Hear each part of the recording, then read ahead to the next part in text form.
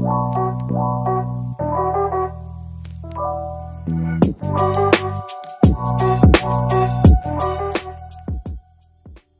everyone. Welcome to another episode of the White Belt MMA podcast, and it's an absolute pleasure to have on the show today, and a good friend of the show, UFC Bantamweight Johnny Munoz. So, hey, my man, it's been a minute. How you been? Doing good, man. Aquí estamos, white belt over here. It's always a pleasure. So let's get this cracking, man. I'm doing great. Yeah, 100%, man, 100%. So, yeah, man. So, hey, man, since the last time we've talked, right? You have another fight booked up on November 5th against. I'm gonna give this a shot, man. This man has a really hard name to announce, to say, but it's Ludwig Schulin on November 5th. So, tell us about how the fight got brought up, how it came on your table, and yeah, man, we'll go from there. Yeah, man. Fight came about. We were trying to fight in November. I was actually gonna schedule to fight somebody else. I don't want to name drop, but I don't something happened to that dude. So then Ludwig, they mentioned that. I was like, oh, let's do it. That'll be a cool fight. Whatever. I know he was on the Ultimate Fighter show. I never trained with him, but the thing is, when I got into the UFC, I remember I went to the PI. I trained at the PI. I think it was Ali, like a lot of the line or dominance guys were there, like guys Ali managed. But I happened to be training that session. I'm friends with Dan Ige, so he told me about it. Mm-hmm. So they out doing. There's like a lot of like Russians, but Ludwig was actually in the room, and my cousins, which Super Glue and Super Glue's brother, actually got to roll with them, wrestle with them. Mm-hmm. So I thought I didn't get the chance to go with them that day, but I thought it was crazy. Now, like 2 years later, I'm fighting him. He's not my friend, so it's business as usual. But I always see him at the PI when I go to Vegas to train. I'm seeing the dude there every time, the locker room. And then, I fuck around. I was taking his food out of the refrigerator, just fucking with him. But yeah, I mean, come fight day is business, man. I'm gonna hurt that dude, and he's in my way. So I know he wants what I want, so I want it more. So Yeah, we're gonna do this. 100%, man. And do you find that kind of a little weird too, right? Just the way how the UFC PI is, right, man? You run into so many fighters, so many people in your weight class that you're like, hey, man, like you try not to give away a little too much because next thing you know, like you said, you might be fighting the guy down the road. So do you think that's just the weirdest part about the UFC PI? Nah, for sure, man. I mean, it's cool there. It's like luxury, you get your foods, you get a workout, therapy, everything's there, you name it. But the downside of it is like you see all these fighters there, especially in your weight class, you might have to fight these guys. But, I'm cool with everyone. I'm not a kind of guy to start stuff. I'm just in my own space. But for sure, like if it's someone in my weight class, I like to fuck around, joke around, get them to give them a reaction, see, you know what I mean? But I don't know, man. It is a little weird for sure. I mean, Hamza and Paulo Costa almost got into it at the PI. Yeah. There's really no security there. I mean, they got security, but it is like, it ain't gonna do nothing. You know what I mean? So it's a little wild in that sense.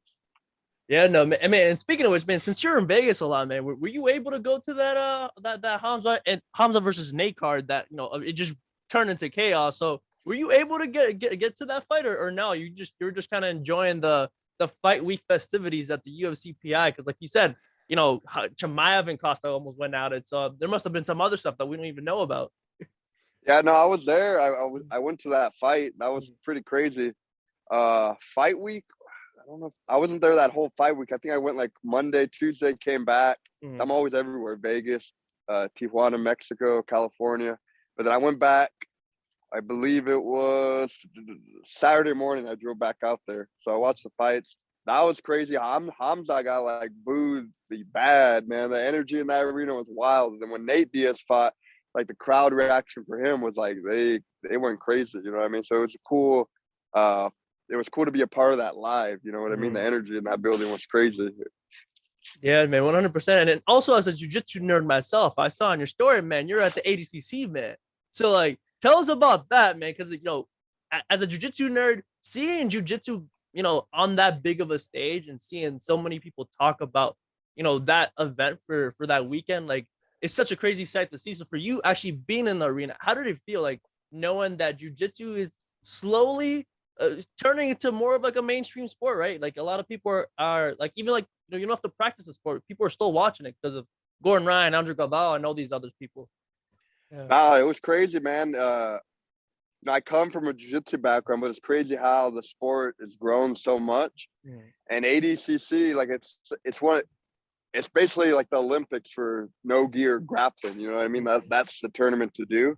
And I was real impressed with the event. It was kind of like almost a UFC feel to it. You know what I mean? They had the music going. You know, the arena was packed. They had the Pride announcer. Mm. Uh, I thought that was cool, like a little throwback, a little homage to Pride. And they had Bruce Buffer announcing.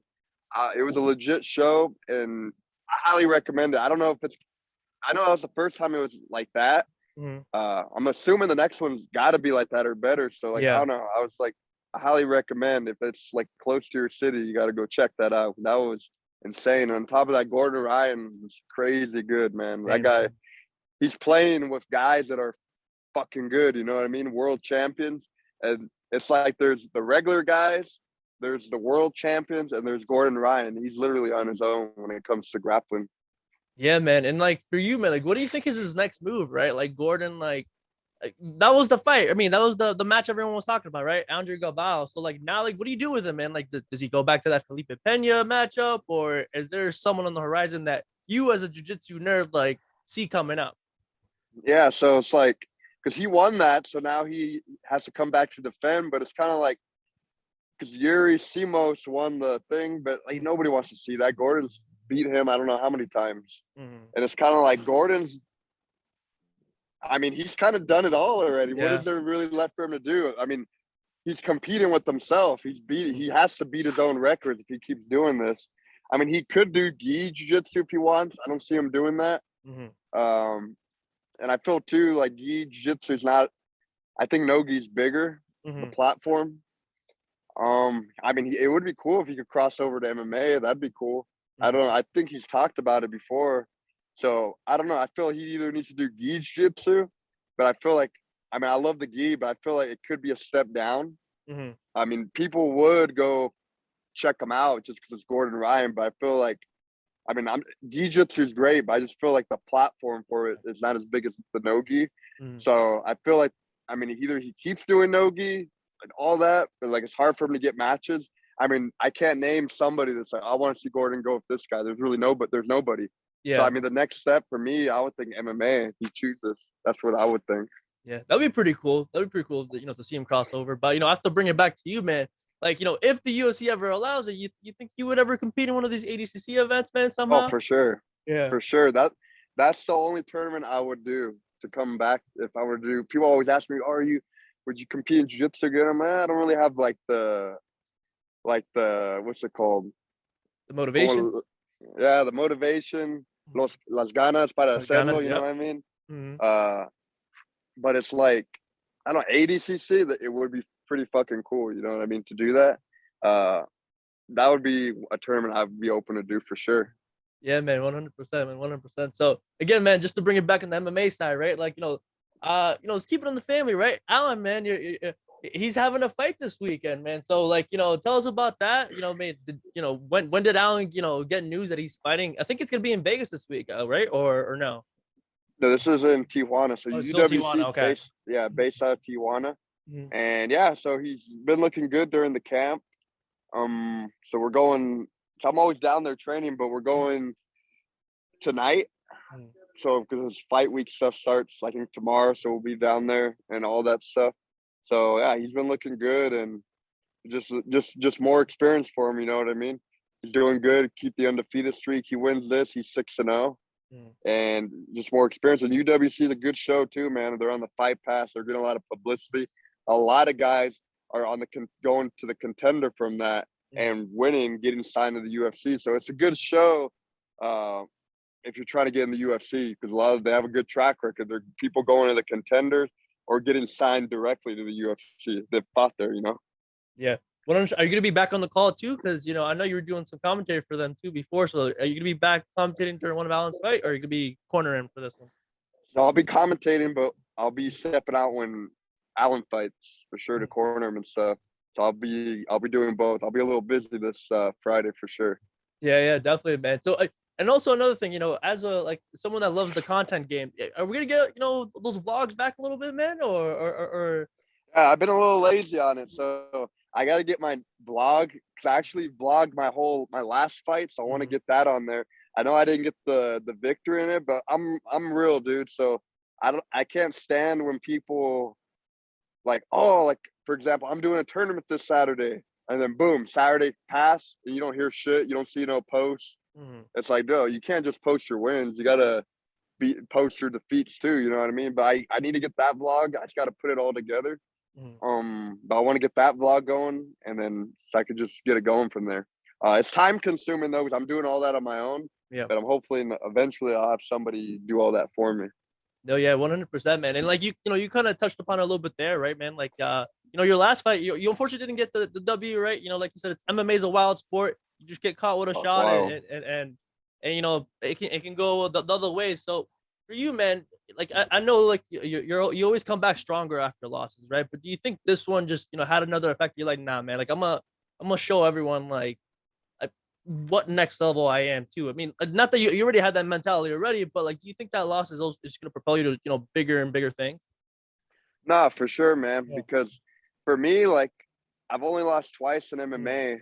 The first loss was kind of controversial, mhm, so it was kind of like I was pissed about it, but it was like, okay, well, I didn't really feel like a loss. But this one felt like a loss, and I was fucking pissed off about it. Not gonna lie.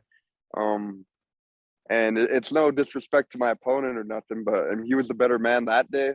mhm, But I fucking got caught with something stupid, you know what I mean?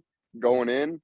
And yeah, so it just really it helped me refocus everything, like reshift me, you know what I mean? Not saying mhm, I wasn't focused before, but I feel like I'm in a way better place than I was before. Like you just feel it in your body, your mind mhm, when you're just more laser focused. And I feel like sometimes shit like that, you need it to help you. You know what I mean? So mhm, that's the positive I took from it.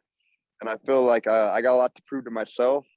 I don't really got shit to prove to people because you know what I mean. I don't really give a fuck. I only really care about the people that are true to me, mhm, that are true to themselves, that are real people. Those are the people I like around me. Those are the people I like to communicate with. But there's a lot of flip floppers that they'll say one thing and they're not true to themselves or they're just mhm. fucking snakes of people. They're not real. So but yeah, man, I feel real good for this fight. And I got a lot to show to myself, even the UFC, because I'm not happy with where I'm at in my career, but it's fine. I know I'm going to get there, Mhm. uh, get these fights going, get these wins. So I can start building up. And in this division, 135 is a division of murderers, killers in there. But I know I'm a killer too. So like, fuck it.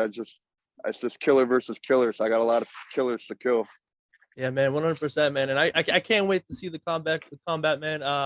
Like I said, man, I know you're gonna, again, like get like you said, get back on track and show everyone aquí estamos, man, aquí estamos, bro. Quitamos. And that, yes. And that's the thing too. I haven't got a chance to say it after a fight. So this guy's on my way. I'm taking this dude out and everyone's gonna get a big Quitamos and they're gonna know about the Quitamos gang soon. Yeah, 100%, man, 100%. So again, man, Johnny, like you're a busy guy, man. So I don't want to take too much of your time. So No I worries. always appreciate you giving me some time. So, before we go, do you want to plug in all your social medias? Your website for people can buy some merch and all that. Mhm. Yeah, you guys could follow me, Instagram, Twitter at Kid Kavimbo. I'm on YouTube as well. I have vlogs on there. I'm getting some vlogs up there again soon. So Kid Kavimbo on YouTube. I have a website, teamkidkavimbo.com. You want to get my merchandise, I have it all plugged in on there. So I like it again. You can support me on there, and I appreciate you for having me on the White Belt Show all the time, man. Give the page a follow.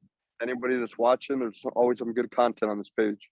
Thank you, brother. Thank you. So again, man, aquí estamos, man. November 5th, man. Aquí estamos game's coming, and it's gonna be a good one. So Johnny, once again, thank you, and to everyone watching, peace.